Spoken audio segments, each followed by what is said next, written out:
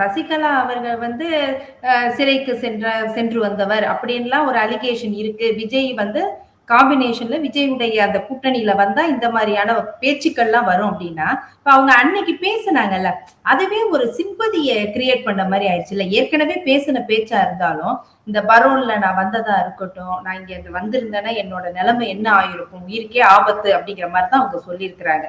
So அடுத்த கட்டமா இந்த பெண் அப்படிங்கிற ஒரு சாஃப்ட், அடுத்து இந்த தேர்தல் அரசியல்னு வரும்போது, இதெல்லாம் மறையறதுக்கு வாய்ப்பு இருக்குதா? அதாவது சிம்பதி தேர் ஓன் சப்போர்ட்டர்ஸ் தானே.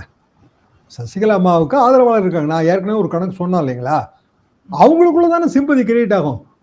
அவங்கள தாண்டி எப்படி சிம்பதி கிரியேட் ஆகும்? அது விஜய்க்கு அது உதவும்ல, விஜய்க்கு வந்தா உதவும்ல அது. அதாவது அந்த 20 தொகுதியில வந்து சசிகலா அம்மாவோட ஓட் பேங்க் விஜயோட ஓட் பேங்கோட சேரும். சரி, விஜய் வந்து எல்லா கட்சியோடையும் கூட்டணி வைக்கிறாருன்னு வைங்க. பிளஸ் பாயிண்ட் என்ன?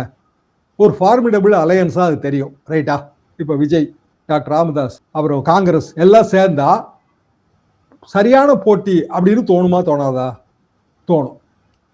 ஆனா ஜெயிக்கிறதுக்கான வழி என்னன்னு அடுத்தாப்புல பார்க்கணும்ல. வழி என்ன? உட்கட்சி அதிருப்தி. முதல்ல தாவேக்காக்குள்ள பயங்கரமான அதிருப்தி வரும். அப்ப ஏற்கனவே இப்போ வந்து பேட்டிகள் கொடுத்து வீராவேசமா பேசிட்டு இருக்கிற தம்பிமார்கள் எல்லாருமே ஆஃப் ஆயிடுவாங்க. ஏன்னா அவனுக்கு வாய்ப்பே இல்லை. நான் எம்எல்ஏ ஆவாங்க, நான் வேட்பாளர், ஜெயிக்க மாட்டேன். ஆனா நான் வந்து உள்ளூர்ல தாவேக்காவோட வேட்பாளர்னு நான் சொல்லுவேன்.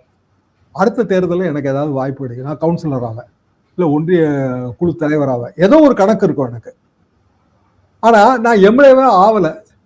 நீங்க வேற கட்சியில இருந்து வந்து என் தொகுதியில எம்எல்ஏ வேட்பாளர் ஆயிட்டீங்க. இப்ப நான்லாம் உங்களுக்கு வேலை பார்த்துட்டே கிடக்கணும்.